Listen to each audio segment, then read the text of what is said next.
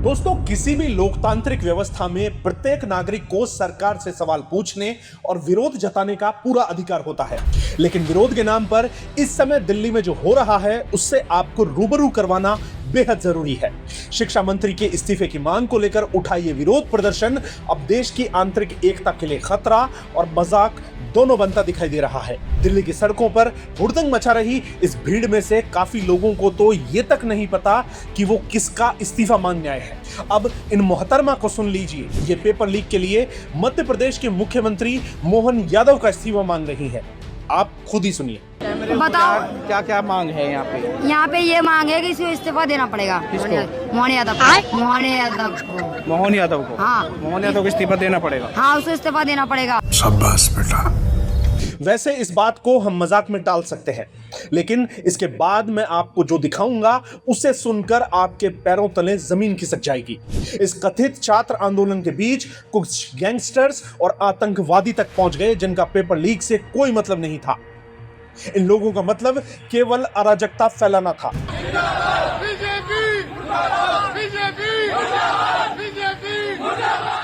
इस दिल्ली छात्र आंदोलन में गैंगस्टर हाजी अफजाल भी शामिल हुआ। आप सोच रहे होंगे अफजाल कौन है? दरअसल ये वो आदमी है जिस पर हत्या की कोशिश, अपहरण, दंगा और जमीन पर अवैध कब्जे के एक नहीं दर्जनों मामले चल रहे हैं। साल 2013 में इसे मकोका के तहत दोषी ठहराया गया था।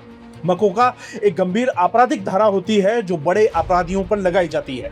दोस्तों, दिल्ली के छात्र आंदोलन को ढाल बनाकर कुछ खालिस्तानी आतंकवादी भी अपना एजेंडा लेकर घुस आए। इन खालिस्तानियों ने खुलेआम सरकार और सिस्टम को तलवार से काटने तक की धमकी दे डाली। इन लोगों ने खुला ऐलान किया कि वो भारत को भी नेपाल और बांग्लादेश बना देंगे। अब आप खुद तय कीजिए कि क्या इन अनपढ़ गवारों में से किसी ने भी नीट का एग्जाम दिया होगा। ये जो लाठी चला रहे हैं, अगर हम लाठी चलाने पे आ जाए ना, महाराजा ने सानू सलोतर बख्शा और इतना सलोतर बख्शागे ना, इतना सलोतर फेरांगे। दिल्ली में छात्रों के इसी कथित आंदोलन में दुनिया की सबसे शांत और मिलनसार कौम के प्रतिनिधि भी दिखाई दिए।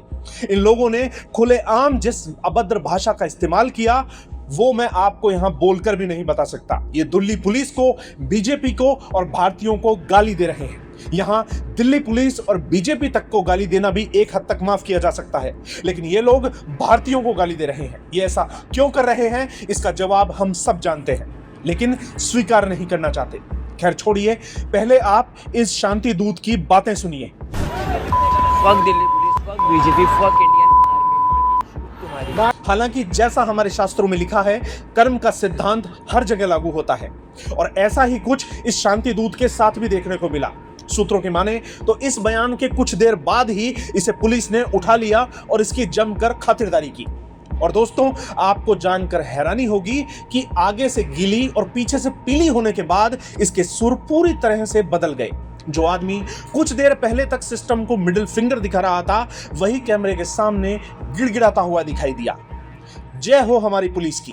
देश के इंडियन आर्मी से हाथ जोड़ के माफी मांगता हूँ। मेरे को अपनी बात का गिल्ट है, मेरे को अपनी बात से बहुत ज्यादा गिल्ट है कि मैंने इंडियन आर्मी को गाली दी। मैंने बीजेपी को गाली दी। मैं बीजेपी के सारे कार्यकर्ताओं से हाथ जोड़ के माफी मांगता हूँ जिनको मेरी बातों का बुरा लगा है। मैं पूरे देशवासियों से माफी मांगता हूँ जिनको मेरी बातों का बुरा लगा है। दोस्तों, वैसे यहाँ ट्रीटमेंट केवल इस अकेले को ही नहीं मिला।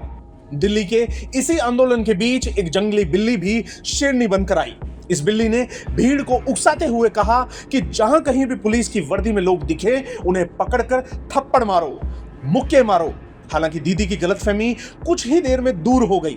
सूत्रों की माने तो दीदी को भी बढ़िया खातिरदारी हुई, जिसके बाद उनके भी सुर पूरी तरह से बदल गए। दीदी ने कसम खाई कि वो फिर से कभी प्रोटेस्ट में हिस्सा लेने नहीं आएंगी। जय हो दीदी की। पुलिस की वर्दी जिसने पहनी है, यहाँ से बाहर तो निकलोगे? तुम्हारे घरों के पास पुलिस होगी, थप्पड़ मारना साले, जा जाके पकड़ के ना मुक्के मारना। बहुत कठोर दिल लोग हो, मेरा दिल तो नहीं झेल पाया है सब।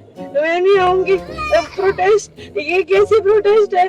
इसी दिल्ली प्रोटेस्ट में एक अत्यंत सभ्य महिला ने अपने मुंह से ऐसे उल्टी की जिसे सुनकर आपका भी मन उल्टी करने का करेगा। इन मोहतरमा ने पुलिस कर्मियों की ओर इशारा करते हुए कहा कि अपनी बीवियों, अपनी बहनों को मोदी के तभी इनके बच्चों को एग्जाम में पास किया जाता है।